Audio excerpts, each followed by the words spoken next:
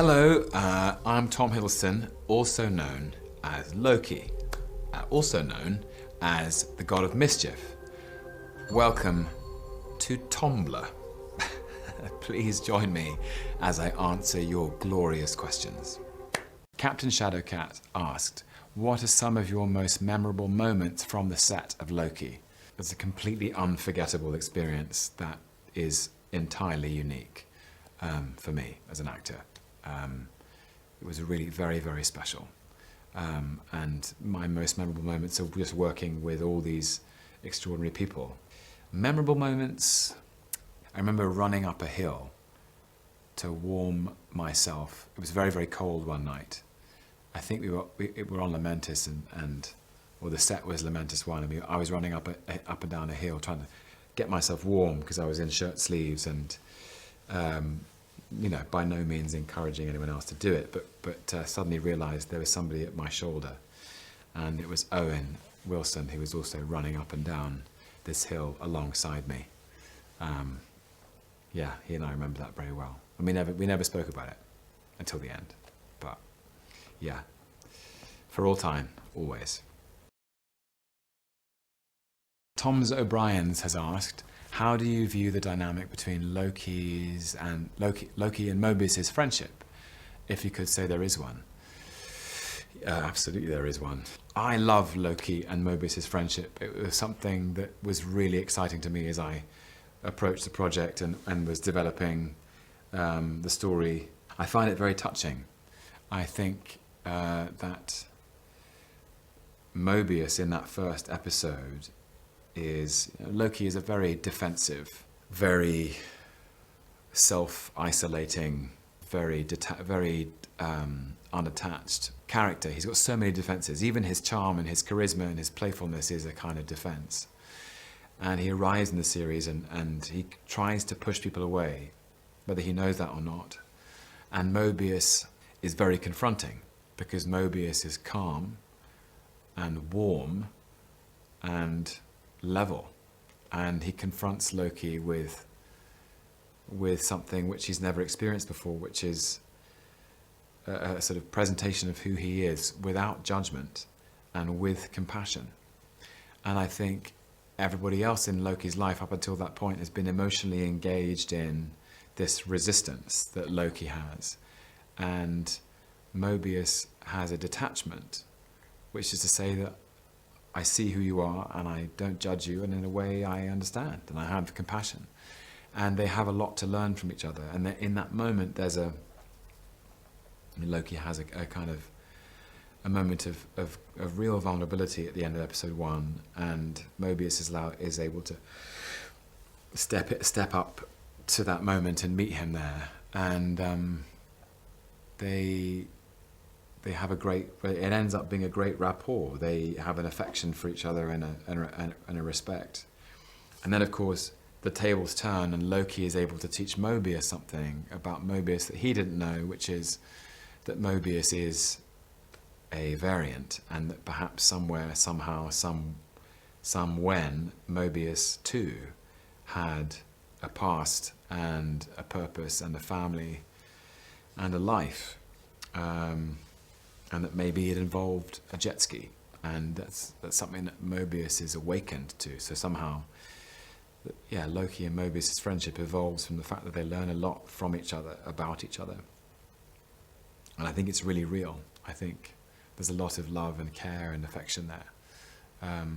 It's very sincere and presents something new for Loki. I don't think he's ever had a friend before. So yeah. I really loved it. Well spotted.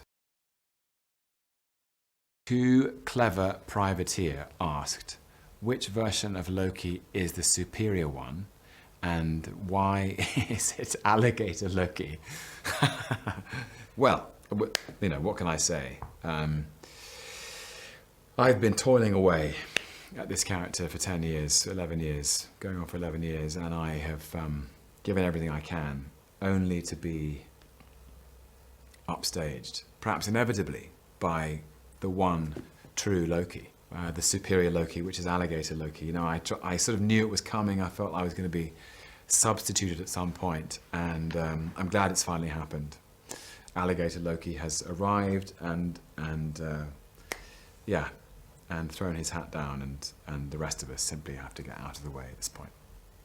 Correct. Sunlight-21 asked, what kind of music do you believe Loki would listen to? I feel like he would listen to the Arctic Monkeys in public, but Lady Gaga in private.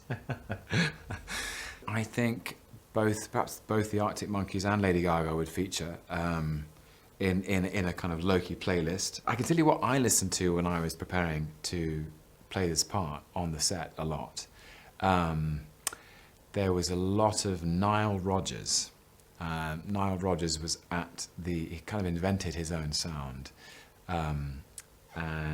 He's basically the kind of,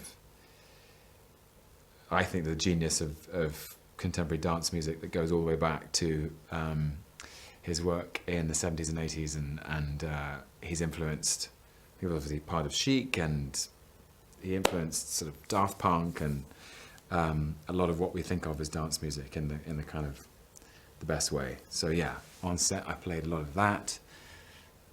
One More Time, Everybody Dance, the Pointer Sisters were a feature, but he'd also, I think Loki would be a fan of a beautiful classical musical arrangement with lots of drama and catharsis and redemption. Maybe The Planets by Holst, Jupiter, the bringer of jollity.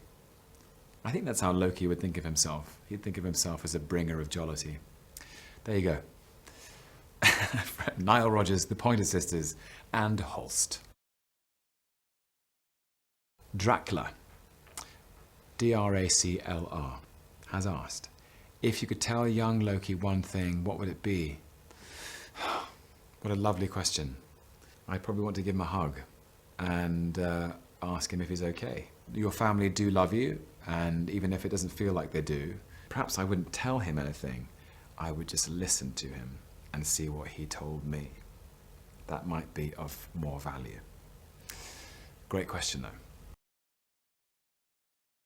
Variant L1130 asked, how do you think Loki will evolve through his experiences? Will he view himself differently? Will he have a new purpose?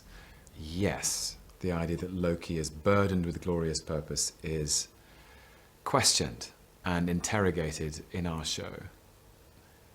And I think it's revealed to have no meaning and no foundation. And that is very destabilizing for Loki.